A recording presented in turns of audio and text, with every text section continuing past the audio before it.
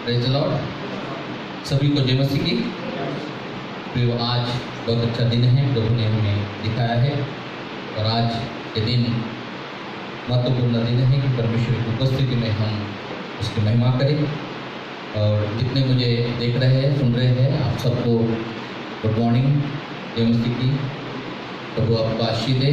आप अपने घर में जहाँ पर भी हैं, यदि आपके पास बाइबल है तो आप बाइबल लेकर बैठिए, यदि नहीं है तो आप ध्यान से सुनिएगा। आज का विषय बहुत महत्वपूर्ण है प्रियो, और इसलिए आज के विषय के लिए विशेष प्रार्थना करेंगे हम लोग। हम प्रार्थना करने जा रहे हैं सब मिलकर। पवित्र परमेश्वर पिता, हम धन्यवाद देते हैं प्रार्थना करते इस समय में। आपका वचन जब खुलता है तो प्रकाश होता है। प्रार्थना करते हैं आपके वचन जब पढ़ाए जाते हैं प्रभु, आप हमें ज्ञान और प्रकाश की आत्मा दे प्रभु। पवित्र आत्मा मार्गदर्शन कर। जितने सुन रहे हैं, देख रहे हैं, सभी को छू लीजिए और अद्भुत कार्य कीजिए हमारे जीवन में। यीशु प्रभु नासरी के नाम से प्रार्थना मांगते हैं, सुनो कबूल करो, आमीन।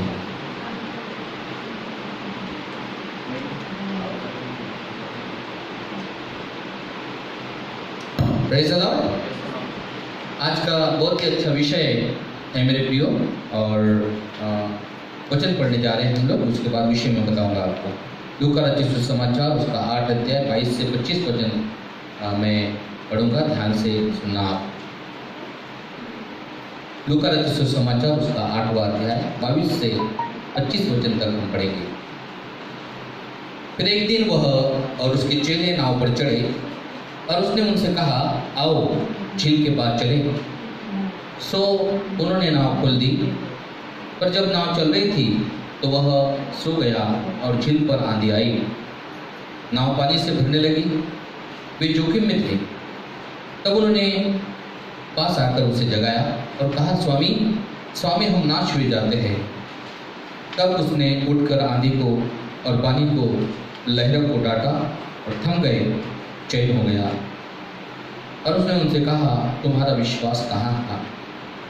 और वे डर गए, अचंभित होकर आपस में कहने लगे, ये कौन है जो आंधी और पानी को भी आज्ञा देता है और वे उसको मानते हैं। प्रभु इन वचनों पर आशीष दे। प्रियो, यहाँ एक आंधी आई है। हमारे जीवन में कई प्रकार की आंधी आती है, और उस आंधी में मनुष्य, कई लोग स्थिर रहते हैं, कई लोग नहीं रहते हैं। कई लोग जो है वो मानसिक तनाव में आ जाते हैं। इसलिए आज का टॉपिक जो है वो है हाउ टू ओवरकम डिप्रेशन। अपने मानसिक तनाव को कैसे दूर करें। आज बहुत तरह हैं जो मानसिक तनाव से ग्रसित है मेरे प्रियो, और आज कई लोग जो पागल खाने में भर्ती है वो मानसिक तनाव की वजह से हैं। और जो सबसे ज़्यादा जो हमारे ऊपर में अटैक होता है वो माइंड पर होता है। माइंड पर होता है, ध्यान देना इस बात को। इसलिए बहुत सारे कारण हैं मानसिक तनाव के, लेकिन आज मैं 3 कारण बताऊंगा। ये भाग पहला होगा, उसके बाद और भी मैं बताते जाऊंगा ताकि हम सब लोग जो है इस बात को समझें।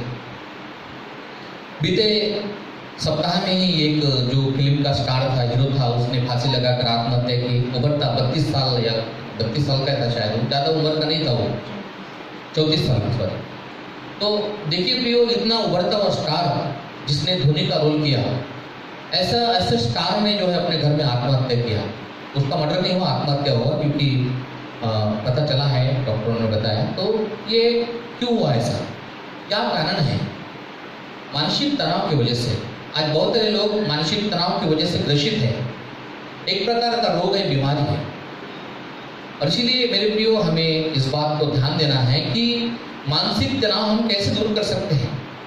डिप्रेशन में बहुत सारे लोग जी रहे हैं आज, चाहे उनके पास धन हो या न हो, पैसा हो या न हो, लेकिन आज जो है कुछ लोग इस प्रकार का जीवन व्यतीत कर रहे हैं। और जब उनका मानसिक तनाव बढ़ जाता है तो जो मेंटली इफेक्ट उनके ऊपर होता है, और कई लोग जो है इस समस्या से गुजरते हैं। इसलिए मेरे प्रिय लोगों, आज मानसिक तनाव क्यों आता है, ये 3 महत्वपूर्ण कारण बताऊंगा और उसका सोल्यूशन भी मैं बताऊंगा कि किस प्रकार से हम उसको दूर कर सकते हैं।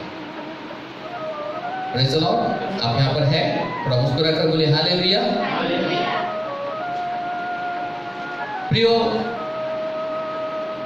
सबसे पहला जो कारण है वो है मनुष्य के जीवन की चिंता और बोझ। पहला कारण है चिंता और बोझ।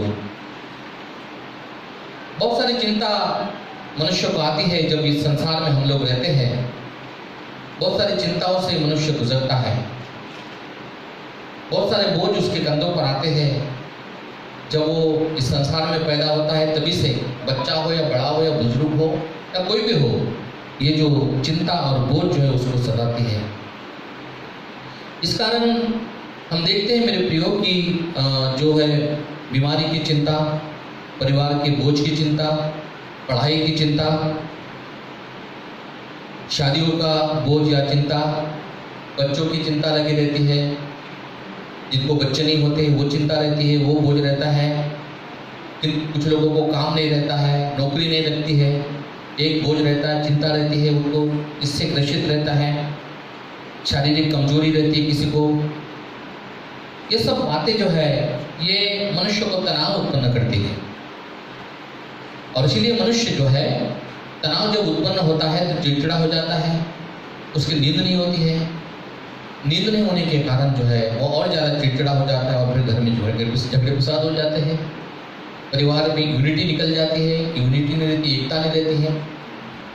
और इस कारण कई परिवार टूट गए हैं, कई परिवारों में झगड़े फसाद हैं, कई बच्चे घर छोड़कर चले गए हैं, कई बहुत सारी समस्या का सामना हम करते हैं। यहाँ हमने एक उदाहरण देखा था कि यीशु प्रभु नाव में बैठा, वहाँ तूफान आ गया, आंधी तूफान आ गया और वो लोग चिल्ला रहे हैं हम मर रहे हैं, मर रहे हैं। यीशु मसीह वहीं पर था। यीशु प्रभु को जगाया, हम मर रहे हैं प्रभु आप उठो। यीशु प्रभु वहाँ सोए नहीं थे, वहीं पर थे, देख रहे थे, उनकी एग्जाम देख रहे थे, उनका विश्वास। यीशु ने हाथ बढ़ाया और आंधी तूफान को डांटा। उनको बोला तुम्हारा विश्वास कहाँ है, मैं तो यहीं पर हूँ। मेरे प्रियो, यीशु मसीह जब हमारे जीवन में आते हैं तो बहुत सारी समस्याएं और आंधी तूफान को दूर करते हैं। इसलिए हमारे जीवन का मुख्य आधार यीशु प्रभु होना चाहिए। यीशु प्रभु होना चाहिए। यीशु प्रभु क्यों? क्योंकि यीशु प्रभु ही हमको उद्धार देता है। यीशु प्रभु ही हमको अनंत जीवन देता है। यीशु प्रभु ही हमको स्वर्ग ले जाता है। दूसरा कोई भी नहीं जाता, दुनिया का कोई भी शक्ति, कोई भी ताकत, कोई भी व्यक्ति हमको स्वर्ग नहीं ले जाता है। ये शरीर एक दिन मिट जाएगा। ये देह जो है मिट्टी का है, मिट्टी में मिल जाएगा। एक दिन अंतिम संस्कार होगा। जब हम जीवित है तो हमारा एक नाम है, मरने के बाद नाम नहीं रहता है, डेड बॉडी रहती है। कब ले जाएंगे डेड बॉडी को? तो आज बहुत सारे लोग मानसिक तनाव से गुजर रहे हैं और कई प्रकार की बातें हो रही, लेकिन यीशु मसीह जब आपके नाव में बैठा है, नाव बोले तो आपका जीवन, इस नाव में यीशु मसीह बैठना चाहिए। तब आपके जीवन में जितने भी आंधी तूफान आएंगे वो सबको दूर करेगा। लेकिन विश्वास होना चाहिए, आपको विश्वास होना चाहिए। बहुत सारे लोग हैं जो घूम रहे इधर उधर है, भटक रहे हैं, दर दर ठोकरे खा रहे हैं, उनको रास्ता नहीं मिल रहा है, उनको मार्ग नहीं मिल रहा है। लेकिन जो यीशु मसीह पर विश्वास करता है मेरे प्रियो, परमेश्वर का वचन कहता है यूहन्ना 14:6 में कि मार्ग मैं हूँ। यूहन्ना 10 में लिखा है कि द्वार मैं हूँ, स्वर्ग जाने का द्वार मैं हूँ, मार्ग मैं हूँ। ये शारीरिक जीवन एक समय का हम यहाँ छोड़ जाएंगे। बड़ा व्यक्ति हो, राजा हो या भिखारी हो, धनिया हो, कंगाल हो, एक दिन ये जग छोड़कर जाना है। इसलिए हमको बहुत ध्यान से समझना है कि जो चिंता और बोझ है हमारे पास रखने की आवश्यकता नहीं है। हम देखते हैं मेरे प्रियो कि जो यूहन्ना के 5वें अध्याय में हम देखते हैं कि वहाँ पर एक व्यक्ति है जो 38 साल से बीमार है और वो उसके परिवार के लोग उसके बीमारी से बहुत चिंतित थे। बड़ा बोझ उनके ऊपर में था और उनके परिवार ने क्या किया, उसको कहीं डाल दिया। एक तालाब था, तालाब के किनारे में डाल दिया उसको। अब देखिए प्रियो, वो स्वस्थ अच्छा था, उसने उसने परिवार को चलाया और उसके बच्चे होंगे, पत्नी होंगी। उसने जब वो अच्छा होगा तो बहुत कुछ कार्य किया उसने, लेकिन वो जब बीमार हो गया तो उसके बच्चों ने, उसकी पत्नी ने उसको एक किनारे पर लाकर रख दिया और कोई भी उसको आकर नहीं देखते थे। आज वर्तमान में ऐसी स्थिति है, हाल है ऐसे ही प्रियो। जब आपका जीवन अच्छा रहता है तो तभी हम उद्धारकर्ता को ग्रहण करना चाहिए, अन्यथा जो है ऐसी परिस्थिति का सामना करना पड़ता है। वो वहाँ पर है, लेकिन यीशु मसीह नहीं उसके पास। वहाँ एक तालाब है, कुंड है, और कुंड में जो साल में एक बार स्वर्गदूत तो पानी की हिलाते, और जो कुंड में पहली बार जंप करेगा, पहली बार पूरी डालेगा वहाँ पर, तो चंगा होता था साल में एक बार। और इस अपेक्षा में बहुत सारे अंधे, लंगड़े, लूले, सूखे आंखों वाले वहाँ पर वो मोटे पर बैठे रहते थे कि कब पानी हिलेगा और कब हम जाएंगे। तो ये 38 साल से वहीं पर खाट पर पड़ा हुआ था। कोई आया तो उसको खाना खिलाया, नहीं तो वैसा रहा। और ये अभी 31 साल से वो देख रहा था कि जो ये कूदने को जाता है, पानी हिलाएगा तब दूसरा कूद जाता है, दूसरा चंगा होता है। इस प्रकार से 38 साल बीत गए। और एक दिन जब प्रभु यीशु मसीह वहाँ से जाते हैं, तब जाते हैं तो वो व्यक्ति बड़े आशा भरे नजर से देखता है यीशु मसीह की तरफ में। यीशु प्रभु बोलता है कि मुझे क्या चाहिए, क्या चाहता है? वो 38 साल का बीमार व्यक्ति चाहिए कि रबी, मेरे पास तो कोई है नहीं कि पानी में मुझे ले जाए और उतारे। मैं तो कोशिश कर रहा हूँ कि मैं पहले उतर कर चंगा हो जाऊँ, लेकिन यहाँ पर मेरे पास कोई सहायता करने के लिए नहीं है। मेरे परिवार के लोगों ने, मेरे घर के लोगों ने मुझे छोड़ दिया है। यीशु प्रभु ने कहा, तेरे विश्वास के अनुसार मुझे चंगाई मिल गई है, और उसको स्पर्श किया और उसी समय वो चंगा हो गया। 38 साल जिस खाट पर सोया था, वो खाट उठाकर लोगों को दिखाने लगा कि देखिए मैं इस पर पड़ा था और मुझे चंगाई मिल गई है। यीशु प्रभु ने उसको चंगा किया। आज प्रभु यीशु मसीह हमको चंगा करता है, इसलिए चिंता नहीं करना बीमारी की। बल्कि उसके 5:25 में आगे बढ़ते हैं तो 12 साल से लहू बहने वाली स्त्री, लहू बह रहा था उसका, और कोई भी अच्छा नहीं कर सका, लेकिन यीशु प्रभु ने, उसने, उसके विश्वास ने उसको चंगा किया। उसका विश्वास था कि अगर यीशु मसीह के वस्त्र को मैं छू लूंगी तो चंगी हो जाएंगी। उसने यीशु मसीह के वस्त्र को छू लिया और वो चंगी हो गई। प्रियो, इस प्रकार से प्रभु ने उसकी चिंता को दूर किया। पारिवारिक बोझ है ना, पढ़ाई का बोझ, बहुत सारे जो जवान बच्चे हैं जो पढ़ाई करते समय टेंशन आ जाता है उनको, उनकी नींद नहीं होती है। उस प्रकार से कई बच्चे लोग डिप्रेशन में चले जाते हैं। परिवार का बोझ रहता है। कई बार मेरे प्रियो, वो जो उनको चाहिए वो चीज़ नहीं होती है उनके जीवन में, और इसलिए वो ज़्यादा तनाव में आते हैं और चिंता और बोझ से दबे रहते हैं। और बाइबल में लिखा है, वो याकूब उसका 1:5 में कि मैं तुम्हें बुद्धि दूंगा। जो पढ़ाई कर रहे बच्चे वो ध्यान से सुनेगा। अगर आपको ऐसा लगता है कि मुझे इतना बुद्धि नहीं, ज्ञान नहीं, मेमोरी नहीं इतनी, तो आप प्रार्थना करें। याकूब 1:5 में लिखा है कि जिसको बुद्धि की कमी हो मुझसे मांगे, मैं उससे दूंगा बिना उलाहना। 32:8 भजन संहिता 32 का 8 में लिखा हुआ है कि मैं तुझे बुद्धि दूंगा। परमेश्वर हमें बुद्धि और ज्ञान देता है, समझ देता है। हमें प्रार्थना करने की आवश्यकता है। आपको परमेश्वर आशीर्वाद करेगा। कई लोगों को जो है संतान नहीं है, बच्चे नहीं है, वो एक चिंता सताती उनको। और ऐसे एक परिवार के बारे में हम देखते, पहला शमूएल उसका 1 अध्याय 5 से 7 वचन तक पढ़ेंगे तो वहाँ पर हम देखते प्रियो कि एल्काना नाम का एक व्यक्ति था। उसकी पत्नी जो हन्ना थी, उसको बच्चे नहीं हो रहे थे, इसलिए उसने दूसरी शादी किया। पनीना नाम की लड़की से शादी किया। वो लड़की को 2 बच्चे हो गए और ये हन्ना, लेकिन वो जो व्यक्ति है हन्ना से बहुत प्यार करता था। बच्चे नहीं होने से दूसरी शादी किया, परंतु वो इसको ज़्यादा चाहता था हन्ना को। और जब पनीना को बच्चे हुए तो हन्ना को चिढ़ाती थी। बाइबल में लिखा है कि हन्ना को चिढ़ाती थी। और जो हन्ना थी ये बहुत नम्र थी, प्रभु की प्रार्थना करने वाली स्त्री थी। और लेकिन वो मानसिक तनाव में जी रही थी, चिंता और बोझ थे उसको। देखिए इसको बच्चे हुए, मुझे चिढ़ाती है, और वो तनाव में जी रही थी। और बाइबल में लिखा है कि वो बहुत चिंता कर रही थी और वहाँ खाना नहीं खाती थी और रोती रहती थी। लेकिन एक दिन जब वो प्रभु के भवन में गई तो प्रभु के दास ने कहा, तू क्यों रोती है, चिंता करती है, प्रभु तेरे बोझ को उठाएगा। और उसने विश्वास किया और उसी समय उसने जो है प्रार्थना की, मन से दिल से प्रार्थना की कि प्रभु अगर मुझे बच्चा होता है तो मैं तेरे भवन में तेरी सेवकाई के लिए उसको अर्पित करूंगी। और उसी समय प्रभु ने उसकी बात को सुन लिया। जब कई बार संतान नहीं होते हैं तो एक बोझ और चिंता रहती है, लेकिन उन लोगों के लिए प्रार्थना करना चाहिए जिनको संतान नहीं है। प्रार्थना करना चाहिए कि प्रभु हमको संतान अगर होंगे तो वो बच्चे को मैं तेरे लिए समर्पित करूंगी, तेरे लिए समर्पित करूंगा, वो तेरा दास बनेगा।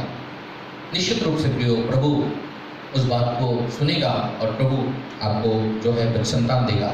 हमको भी लगभग 5 साल से बच्चे नहीं हुए, 89 में शादी हो गई, 93 तक के बच्चे नहीं थे। बहुत बोझ और चिंता हमको सता रही थी, लेकिन जब हम प्रभु के ऊपर विश्वास किया और हमने कहा कि जो बेटा होगा वो तेरे लिए समर्पित होगा, तो प्रभु ने 17 अक्टूबर 93 को हमको बड़ा बेटा दिया जिसका नाम आशीष है, सॉफ्टवेयर इंजीनियर पुणे में वो, और 96 में बेटी दिया जिसका नाम महिमा है। प्रियो परमेश्वर हमारी प्रार्थना को सुनता है, इसलिए हम प्रभु पर विश्वास करें, विश्वास के शब्दों को बोलें। केवल विश्वास ही नहीं करें, लेकिन विश्वास जो है कार्य के बिना अधूरा है। बहुत सारे लोग बोलते हैं मैं विश्वास करता हूँ, मैं विश्वास करता हूँ। जी नहीं, विश्वास बिना कार्य के अधूरा है। केवल विश्वास ही काफी नहीं, विश्वास का कार्य होना चाहिए। क्या क्या कार्य होना है? बोलकर प्रार्थना होना चाहिए, धन्यवाद देना चाहिए, लोगों को गवाही बताना चाहिए, प्रभु का वचन बताना चाहिए, रविवार को भवन में आना चाहिए, बपतिस्मा लेना चाहिए, प्रबोध होना चाहिए उसका, और वो प्रभु के कार्य को भी करना चाहिए। प्रभु आपकी जो है बोझ चिंता को हटा देता है। परमेश्वर आपको एक नया तरीके से जीवन बिताने के लिए परमेश्वर आपको जो है नया रास्ता दिखाएगा। आमीन। और इसलिए मेरे प्रियो परमेश्वर का वचन कहता है कि मत्ती 6वें अध्याय उसका 26 से 34 वचन पढ़ेंगे तो यीशु ने कहा किसी भी बात की चिंता मत करो। पहला पत्रस 5:7 में कहा कि तुम अपनी सारी चिंता मुझ पर डालो क्योंकि मुझको तुम्हारा ध्यान है। प्रभु को हमारा ध्यान है, लेकिन हम भूल जाते हैं। जैसा वो भूल गए, नाव में यीशु मसीह था, उनके नाव में यीशु मसीह था, लेकिन भूल गए वो लोग। यीशु ने कहा तुम्हारा विश्वास कहाँ है? मैं है तो था, तुमने मुझ पर भरोसा नहीं किया, विश्वास नहीं किया। और इसलिए हमारे जीवन में यीशु मसीह रहने के बाद में भी हम कभी कभी भूल जाते हैं, क्योंकि वो जो समस्या है वो समस्या हमारे माइंड पर अटैक करता है और हम चिंता और बोझ से दब जाते हैं। और हम कभी कभी भूल जाते हैं कि यीशु मसीह जो जीवित परमेश्वर है, जो मरकर तीसरा दिन जिंदा हुआ। कोई जीवित नहीं हुआ संसार में, कोई जीवित नहीं हुआ। बहुत सारे राजा महाराजा साधु संत आए, वो मर गए, महाराजा युग पुरुष वो आए और वो मर गए। उनका कब्र आज है, उनका मरण दिन मनाते हैं, लेकिन यीशु मसीह की कब्र खाली है मेरे प्रिय। और वहाँ लिखा है कि तुम जीवित को मरे हुए में क्यों ढूंढते हो? वो यहाँ नहीं है, यीशु मसीह जिंदा है, इसलिए आपकी प्रार्थना सुनता है। वो पत्थर नहीं है, मूर्ति नहीं है, वो मनुष्य नहीं है, वो तो जीवित परमेश्वर है जिसने मुझ पर आपको चुना है। उस पर अपना भरोसा रखने की आवश्यकता है, तब जो है प्रभु आपको आशीषित करेगा। यूहन्ना माफ कीजिएगा, मत्ती 11:28 में लिखा है कि हे बोझ से दबे लोगों मेरे पास आओ, मैं तुम्हें विश्राम दूंगा। बोझ से दबे हुए लोग यीशु मसीह कहते हैं कि मेरे पास आओ, मैं तुम्हें विश्राम दूंगा।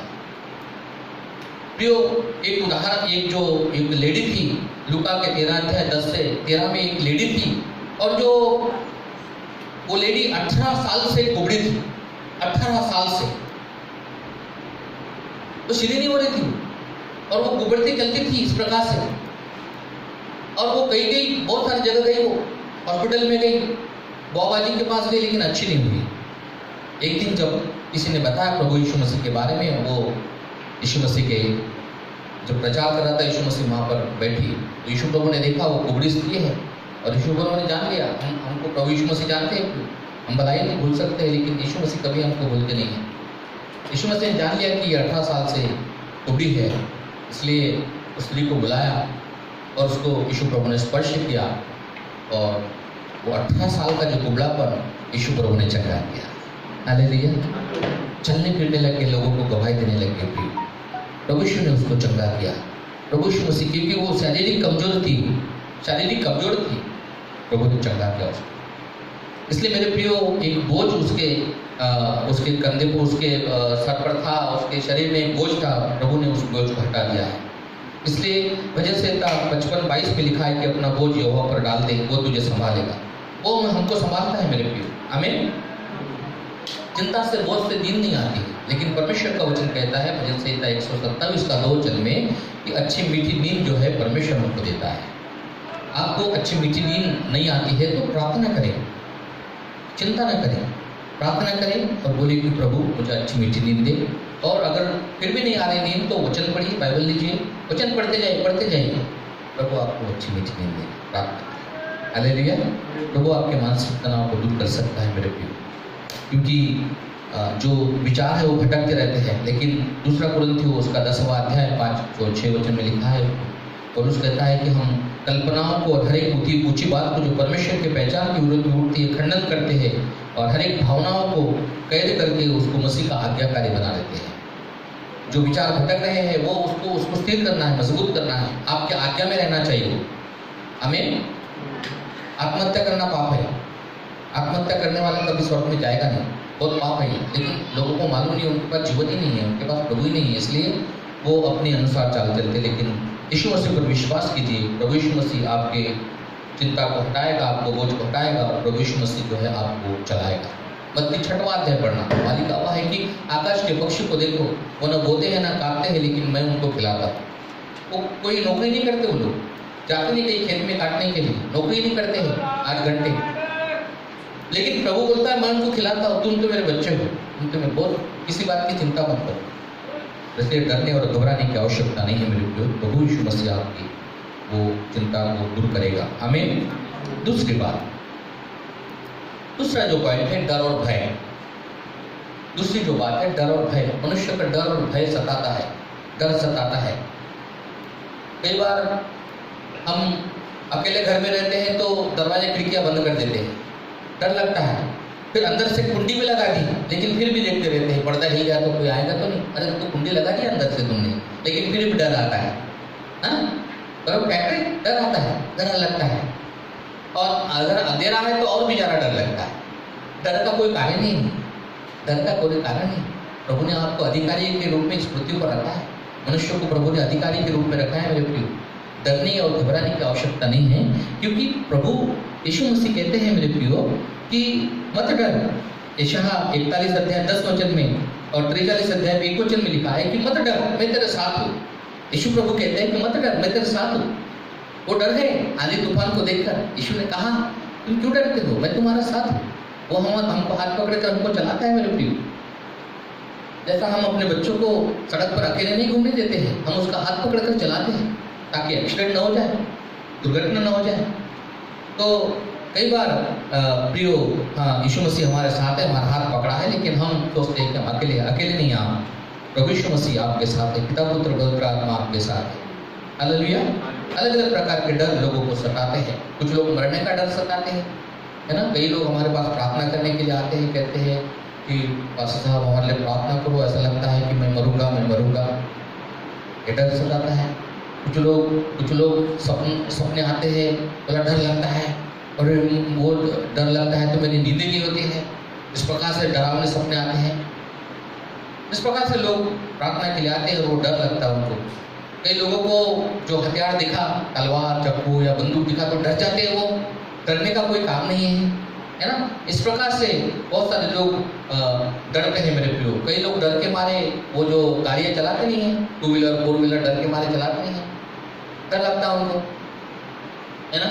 कई बार तो मेरे प्रियो हमें छोटे हो या बड़े हो, हमें डरने की आवश्यकता नहीं है। और कुछ लोग जो मरे हुए मुर्दों को डरते हैं, और कुछ लोग कब्रिस्तान में जाते तब डरते हैं, और कुछ लोग जो है झगड़े को डरते हैं। और ये डर जो है वो उनको उनके अंदर में घर बना देता है, और इस प्रकार से वो उनके मानसिक तनाव में आ जाते वो लोग, और उनको डर लगता है। डर का कोई कारण नहीं है, डर का कोई कारण नहीं है। अदन की वाटिका में डर का कोई भी कारण नहीं था, लेकिन परमेश्वर का वचन कहता है कि वो डर गए। वो बोलता है, परमेश्वर आवाज देता आदम और हवा को, आदम कहाँ है तू? बोलता है कि मैं झाड़ियों के पीछे छुप गया। बोला क्यों छुप गया? बोला डर गया मैं। डर अदन का वाटिका से आया, पाप की वजह से डर आता है। लेकिन यीशु प्रभु ने जो है उसने कहा कि मत डर, मैं तेरे साथ हूँ। और दानियल का 4 अध्याय 5 वचन में दानियल ने एक स्वप्न देखा और सुबह वो उठकर डर गया, हो इतना बड़ा डर गया। लेकिन प्रभु ने कहा मत डर, मैं तेरे साथ हूँ। हालेलुया। कई लोग दुष्ट शक्ति से डरते हैं, लेकिन हमें डरने की आवश्यकता नहीं है। प्रभु ने मुझको और आपको अधिकार दिया है दुष्ट शक्ति को भगाने का। मैं और आप इस पृथ्वी के अधिकारी हैं। अधिकार डरता नहीं है, हुक्म चलाता है ना। अधिकारी को देखा होगा आपने, जो अधिकारी मैनेजर होता है वो झाड़ू नहीं मारता है, झाड़ू मारने का काम दूसरे का है।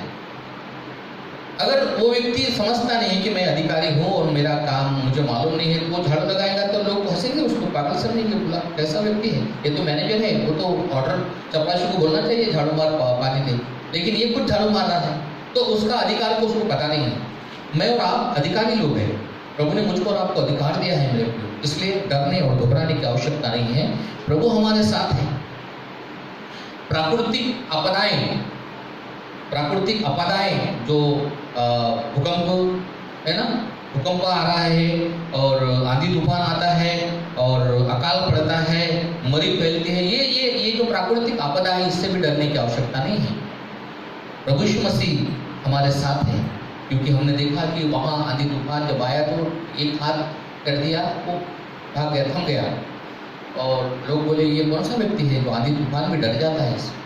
यस, आपके पास अधिकार है, लेकिन उस अधिकार को हमें इस्तेमाल करने की आवश्यकता है। मत्ती की 24 अध्याय में प्राकृतिक आपदा के बारे में लिखा है कि अंतिम दिनों में ऐसा होगा, अकाल पड़ेंगे, लड़ाइयाँ होंगी और लड़ाई की तैयारी हो रही है। चीन अपनी शक्ति दिखा रहा है, इंडिया अपनी शक्ति दिखा रहा है, पाकिस्तान अपनी शक्ति दिखा रहा है, यूएसए बोलता है कि मेरी शक्ति बड़ी। आज इस प्रकार से तैयारी हो रही है, मरी फैल रही है। जो खेत में जो है वो फसल काटने के लिए जो है वो टिड्डी आ गई है। आज वर्तमान स्थिति में हमारी परिस्थिति में, हमारे जीवन में हमारे देखते हुए वो स्थितियाँ पैदा हो रही है। पानी का स्तर घटते चले जा रहा है। ये प्राकृतिक आपदाएं हैं। भूसंकलन हो रहा है, ये प्राकृतिक आपदा है, इससे डरने की आवश्यकता नहीं। इसने पहले से कहा ये सब चीजें होंगी, डरने और घबराने की आवश्यकता नहीं है। लेकिन मैं तुमको अच्छे पदार्थों से तृप्त करूंगा। अकाल भी पड़ेगा तो भी अच्छे पदार्थों से मेरे बच्चे तृप्त हो जाएंगे। आमीन। हमें डरने की आवश्यकता नहीं मेरे प्रियो, चिंता करने की आवश्यकता नहीं है, डरने और घबराने की आवश्यकता नहीं, भय खाने की आवश्यकता नहीं है, और जो मृत्यु से भी डरने की आवश्यकता नहीं है, क्योंकि जीवन और मरण परमेश्वर के हाथ में है। प्रकाशित वाक्य 1:18 में लिखा हुआ है कि मैं मर गया था, अब मैं जीवित हो गया हूँ। मृत्यु और अधोलोक की चाबी मेरे पास में है, मैंने चाबी और तुमको दिया है, और आपके पास में है।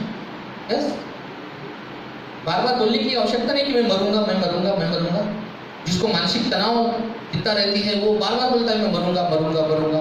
आपके शब्द एक बीज है, आपके शब्द एक बीज है। जब मनुष्य बीज बोता है ना तो उगता है वो बीज। वैसे ही जब शब्द बोलते हैं तो वो शब्द आपके काम करते हैं। शायद कल काम नहीं करेंगे, लेकिन कई दिनों के बाद काम करते हैं। आपके शब्द बहुत अच्छे होना चाहिए, आपके जीवन के लिए, आपके परिवार के लिए, आपके बच्चों के लिए, आपके माता पिता के लिए, आपके हर एक व्यक्ति के लिए अच्छे शब्द होना चाहिए। यदि कोई बीमार है, तकलीफ में है, उनको बोलना चाहिए कि आप अच्छे हो गए, प्रभु ने अच्छा कर दिया है, कोड़ों के मार खाए प्रभु ने आपके लिए। Hallelujah.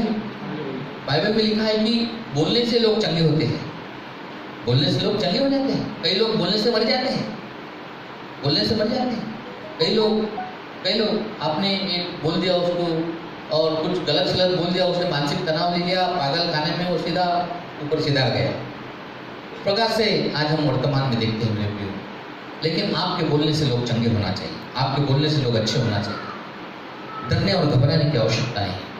Praise the Lord, hallelujah. और इब्रानी 2:15 में लिखा है कि जितने लोग मृत्यु के भय से जीवन बिताते थे उनको प्रभु यीशु ने छुड़ाया अपनी जान देकर। यीशु ने मेरे और आपके लिए अपनी जान दी और उसने कहा ये जीवन लो तुम, मैंने तुम्हारे लिए मृत्यु सह ली है। अभी तुमको मरने की आवश्यकता नहीं है। मरने का मतलब ये शरीर तो छोड़ के जाना है एक दिन, लेकिन जो अनंत काल की मृत्यु है, जो नरक बोलते हैं उसको, अनंत काल की मृत्यु को नरक बोलते हैं। एक तरफ जीवन है, एक तरफ मरण है, मृत्यु है। जीवन और मृत्यु भिन्न है। ये जीवन यीशु मसीह के द्वारा स्वर्ग में ले जाता है, ये मृत्यु जो है अनंत काल के लिए नरक में ले जाती है। शरीर को तो शरीर मिट्टी में मिलता है, आत्मा रेस्टिंग प्लेस में जाती है। लेकिन मेरे प्रिय लोगों, हमारे आत्मा का तारण होना चाहिए, उद्धार होना चाहिए हमारे आत्मा का। नहीं तो नरक में सीधा आग और गंधक की छीली कीड़ों का स्थान है और वहाँ दुश्मन भी नहीं जाना चाहिए। और इसलिए यहूदा में लिखा हुआ है कि तुम बहुत लोगों को नरक में से निकाल लो। नरक की ओर बहुत सारे लोग जा रहे हैं। इस कारण मेरे प्रियो, उत्पत्ति उसका 9 अध्याय 1 और 2 वचन में परमेश्वर ने नूह के साथ वाचा बांधा और क्या कहा, और नूह के साथ वाचा को बांधकर कहा, आशीष दी और कहा, तुम्हारा डर और भय सारे पशु और रेंगने वाले जंतु और मगरमच्छ पर हो। तुम अधिकारी हो, तुम्हारा भय सारे जानवरों पर, पशु पक्षी पर, सब पर होना चाहिए। तुम अधिकारी हो। लेकिन आज आदमी बिल्ली को डरता है, बिल्ली को डरता है। बिल्ली तो क्या हो गया भाई? कुत्ता देखा तो कुत्ते को डरता है। कुत्ता आपको डरना चाहिए, कुत्ते आपको डरना चाहिए। लेकिन ये डर, हेलो, जा रहे हैं कुत्ता आपके पीछे पीछे, कुत्ता बेचारा कुछ नहीं कर रहा है, लेकिन ये मनुष्य डर रहा है, तो आप काटेगा क्या मेरे को? हेलो, बरोबर है मेरे प्रिय लोगों। एक फटकार में वो चुपचाप होना चाहिए।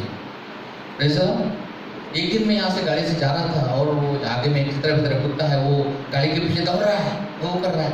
मैंने गाड़ी ब्रेक किया, ब्रेक लगाया, स्टैंड पे लगाया, उतर गया मैं। ऐसा फटकार लगाया तो वो किंग किंग किंग कर करके तुम भगा कर भागे, साइड में बैठ गए। ठीक है, पुणे में भी एक बार ऐसा हुआ। मैं ट्रैवल्स का इंतज़ार कर रहा था, एक साइड में खड़ा था और वो पता नहीं, वो बच्चे, कुतिया थी, वो बच्चे थे वहाँ पर, और मैं वहाँ खड़ा था, लेकिन वो कुत्ते एकदम से दौड़ कर आ गए। और मनुष्य होने के नाते डर लगता है आदमी को, लेकिन मैंने एक ही फटकार लगाया उसको, तो चुपचाप उधर चले गए। कई बार इस प्रकार से हमारे जीवन में होते, लेकिन हमें डरने और घबराने की आवश्यकता नहीं है। हालेलुया। वचन संहिता 32:10 में लिखा है कि जो प्रभु पर भरोसा रखता है वो करुणा से घिरा रहता है। हमें प्रभु पर भरोसा रखना है, क्योंकि प्रभु की करुणा, दया अपरंपरा है, क्योंकि यीशु मसीह ने आप पर करुणा की है। और भजन संहिता 34:9 में लिखा है कि यहोवा के पवित्र लोगों का भय, यहोवा के पवित्र लोगों, परमेश्वर का भय मानो, क्योंकि उसके डरवों को किसी बात की घटी नहीं होती है। और भजन संहिता 34:7 में लिखा है कि यहोवा के डरवों के चारों ओर उसका दूत छावनी की उसको बचाता है। हमको बचाता है, एक्सीडेंट से बचाता है, हर एक मुसीबत संकट से बचाता है, हर परिस्थिति से आपको बचाएगा। लेकिन यीशु पर भरोसा होना चाहिए, विश्वास होना चाहिए। जब आप प्रार्थना करेंगे डर निकल जाएगा। विश्वास में दृढ़ और मजबूत रहिए, प्रभु आपको आशीष देगा। और उत्पत्ति 42 अध्याय 42 का 8 वचन में लिखा है कि यूसुफ जो है परमेश्वर का भय मानता था। हमें परमेश्वर का भय मानना है, डराने वाले भय से डरना नहीं है, हमें परमेश्वर का भय मानना है। जो परमेश्वर का भय मानेगा बुद्धि का आरंभ होगा, ऐसा लिखा हुआ है नीति वचन 9:10 में, कि 9:10 में लिखा हुआ है कि जो परमेश्वर का भय मानता है बुद्धि का आरंभ होता है। इसलिए मेरे प्रियो, अय्यूब, उसका एक लिखा है कि अय्यूब जो है परमेश्वर का भय मानने वाला व्यक्ति था, और इसीलिए विपत्ति के समय, आंधी तूफान के समय शांत खड़ा रहा और प्रभु ने सारी विपत्तियों को दूर किया। Praise the Lord. यीशु मसीह हमारे साथ। तीसरा महत्वपूर्ण पॉइंट मैं बताऊंगा आपको, क्यों मानसिक तनाव आता है, लोग डिप्रेशन में चले जाते हैं। तीसरा जो है असंतुष्टि और धोखा। तीसरा जो महत्वपूर्ण बात है वो है असंतुष्टि और धोखा। जो हमको चीज़ चाहिए वो नहीं मिलती है, असंतुष्टि आ जाती है हम कार्यालय में, और फिर कई बार धोखा आ जाता है, हमारे साथ में धोखा होता है, धोखा हो जाता है। इसलिए हमको ध्यान देना है इस बात को कि बहुत बार जो है रिश्तों में धोखा आता है। शादी कर लिया, पत्नी जो है धन लेकर चले गई, धोखा आ गया, पति डिप्रेशन में चला गया, और शादी जुड़ गई, शादी का कार्ड वगैरह छप गया, और दूल्हे ने समय पर फोन किया कि मुझे शादी नहीं करना है, लड़की डिप्रेशन में आ गई। इस प्रकार से होता है। हाँ, कई लड़के लड़कियों से प्रेम करते हैं, उसने धोखा दिया तो डिप्रेशन में चले जाते हैं। इस प्रकार से जो बातें हैं इन दिनों में हो रही है। इसलिए असंतुष्टि और धोखा हमारे जीवन में आता है, लेकिन हमें घबराने और डरने की आवश्यकता नहीं मेरे प्रियो। प्रभु हमारे साथ में है। हालेलुया। प्रभु हमारे साथ में है। धन का धोखा भी हो सकता है।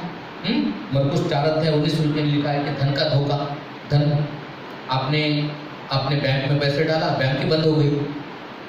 हाँ, मुंबई में ऐसे हुआ। एक जो पंजाब, कौन सा बैंक था वो, पंजाब, हाँ, महाराष्ट्र बैंक, पंजाब बैंक ऐसा कुछ था। वहाँ पर बहुत सारे लोगों ने इन्वेस्ट किया, वहाँ पर बैंक में डाल दिया, बैंक बंद हो गया। आज बहुत सारे लोग डिप्रेशन में वहाँ पर। कई लोग पैसे लेकर चले गए, हमने भिसी डाल दिया, वो भिसी लेकर चला गए वो लोग। कई लोगों के हम किसी की मदद करते हैं, वो नहीं देता है, आप डिस्ट्रीब्यूशन में चले जाते हैं। इस प्रकार से धन का धोखा हमारे साथ में हो सकता है। इसलिए हमको परमेश्वर का वचन में लिखा है, योना नबी की पुस्तक 2 अध्याय 8 वचन में, कि जो लोग व्यर्थ धोखे की वस्तुओं पर मन लगाते हैं वे प्रभु से दूर चले जाते हैं। हमें इस बात को ध्यान देना है मेरे प्रिय। और मत्ती का 6:24 में लिखा है कि एक मनुष्य 2 स्वामी की सेवा नहीं कर सकता है। बहुत सारे लोग धन की भी सेवा कर रहा है और परमेश्वर की भी सेवा हो नहीं सकता। धन की सेवा करने की आवश्यकता नहीं, धन को परमेश्वर की जगह देने की आवश्यकता नहीं है। धन जो है हमारे पीछे दौड़ना चाहिए, हम धन के पीछे नहीं। आज महत्व धन को दे रहे लोग काम पर, आज संडे का दिन छोड़कर काम पर जाते हो, तो आज धन के पीछे दौड़ रहे हैं। हमें धन के पीछे दौड़ने की आवश्यकता है, धन हमारे पीछे दौड़ना चाहिए। Praise the Lord. प्रभु धन ढूंढते हुए, जो धन जो है आपको ढूंढ कर आना चाहिए। आप धन के पीछे मत दौड़िए, क्योंकि आप अधिकारी हैं इस पृथ्वी के। आमीन। और परमेश्वर का वचन इस प्रकार से लिखा है मेरे प्रियो, कि 1 तिमोथी 6:9 और 10 में, कि धन की जो रुपए की जो लालच है वो सारी बुराई का जड़ है। रुपए की लालच सारी बुराई का जड़ है। इसलिए जो है रुपए का लालच करने की आवश्यकता नहीं है। अय्यूब उसका 1 अध्याय 16 वचन में लिखा है कि हे भाइयों, धोखा न खाओ, है ना, धोखा मिल सकता है, तो हमें धोखा खाने की आवश्यकता नहीं है मेरे प्रियो। और जो है परमेश्वर का वचन कहता है कि धन आपको धोखा दे सकता है। 1 कोरिन्थियों 3:18 में लिखा है कि कोई भी आपको अपने आप को धोखा में न डाले, धोखा आपको दे सकता है। यीशु प्रभु का जो शिष्य था वो यीशु प्रभु को धोखा दिया, है ना, 20 चांदी के सिक्के में उसको यीशु प्रभु को बेच दिया, धोखा दिया यीशु मसीह को। धोखेबाज निकला वो, 12 शिष्यों में से एक था, धोखेबाज निकला। लेकिन खुद के गड्ढे में खुद जाता है। समुपदेशक में लिखा है कि जो गड्ढा खोदता है उसी में वो गिर जाता है। तो वो धोखा तो दिया यीशु मसीह को, लेकिन वो डिप्रेशन में आ गए, मैंने धोखा दे दिया। फिर वो उनके पास गया कि भाई ये पैसे लो तुम्हारे। बोला कि हम क्या करेंगे भैया, हमने तो पैसे दे दिया, तुम हमारा काम हुआ, ये पैसे जाने तू जाने। वो पैसे मंदिर में फेंक कर चला गया और अपने आप को फांसी लगा ली। वो खुद ही डिप्रेशन में चला गया। शाऊल राजा की भी बात, शाऊल राजा भी जो है वो परमेश्वर को धोखा दिया, उसने मनुष्य को धोखा दिया और खुद तलवार से उसने आत्महत्या कर दी। इस प्रकार से बहुत सारी बातें है पियो। 1 कोरिन्थियों उसका 15 अध्याय 33 वचन में लिखा है कि धोखा ना खाओ, बुरी संगति अच्छे चरित्र को बिगाड़ देती है। इस कारण मेरे प्रियो गलतियों 6:7 में लिखा है कि धोखा ना खाओ, परमेश्वर ठट्टों में नहीं उड़ा जाता है, मनुष्य जो कुछ बोता है वही काटता है ना। तो हमें देखते हैं मेरे प्रियो कि लूका के 15 अध्याय में एक जवान ने अपने पिताजी को धोखा दिया। उसके पिताजी की धन संपत्ति लेकर फरार हो गया, चला गया, वो कुकर्म में सारी संपत्ति उड़ा दी उसकी। और जब सब कुछ खत्म हुआ तो वो अपने आप में लिखा है कि वहाँ खाने के भी लाले पड़ गए। और तब परमेश्वर का वचन कहता है कि डिप्रेशन में चला गया वो। लेकिन एक बात थी उसके पास में कि उसने पश्चाताप किया। उसने बोला नहीं, मैं पिताजी के पास जाऊंगा और बोलूंगा कि पिताजी अपने बेटे के समान ही नहीं, नौकर के समान मुझे रख लीजिए, क्योंकि मैं यहाँ मर रहा हूँ, भूखा मर रहा हूँ। मेरे पिताजी के घर में कितने लोग खाना खाते हैं। वो वापस आया, पश्चाताप किया उसने और पिताजी ने ग्रहण किया। हमको भी यदि हम अपने पापों को अंगीकार करते हैं, प्रभु यीशु मसीह आपको अपना बेटा फिर से बनाता है और हमको आशीषित करता है। हालेलुया। और इफिसी 5:6 में लिखा है कि कोई तुम व्यर्थ बातों से धोखा न देने पाए। हमें धोखा हमारे साथ नहीं होना चाहिए, संतुष्टि हमें होना चाहिए, हर बात में संतुष्टि होना चाहिए। हालेलुया। खुद को कभी कभी खुद को हम धोखा देते हैं, दूसरों को धोखा दें। इस कारण हमने देखा 3 महत्वपूर्ण बातें करते हैं।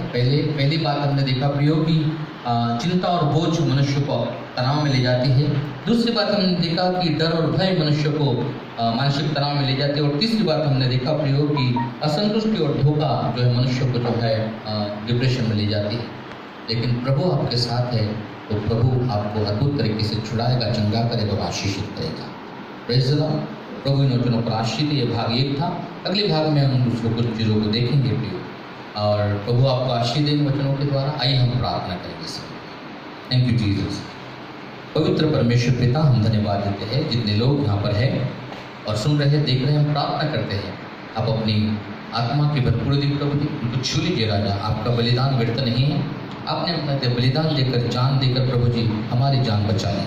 प्रार्थना करते हैं जितने भी लोग मानसिक तनाव में हैं प्रभु, डिप्रेशन में, प्रार्थना करते उनको स्पर्श कर आ जाए, चंगा कर, तंदुरुस्त रखो और अपनी आत्मा को भरपूर दे। सारे बंधन टूट जाए यीशु के नाम में, अंधकार की सारी शक्तियों को मिटाते हैं, सारी दुष्ट आत्माएं निकल जाए यीशु के नाम में, बीमारी निकल जाए यीशु मसीह के नाम में, आत्मिक तनाव जो मानसिक तनाव है निकल जाए यीशु मसीह के नाम में। पवित्र आत्मा के कंट्रोल मिले प्रभु, अभिषेक से भर दीजिए।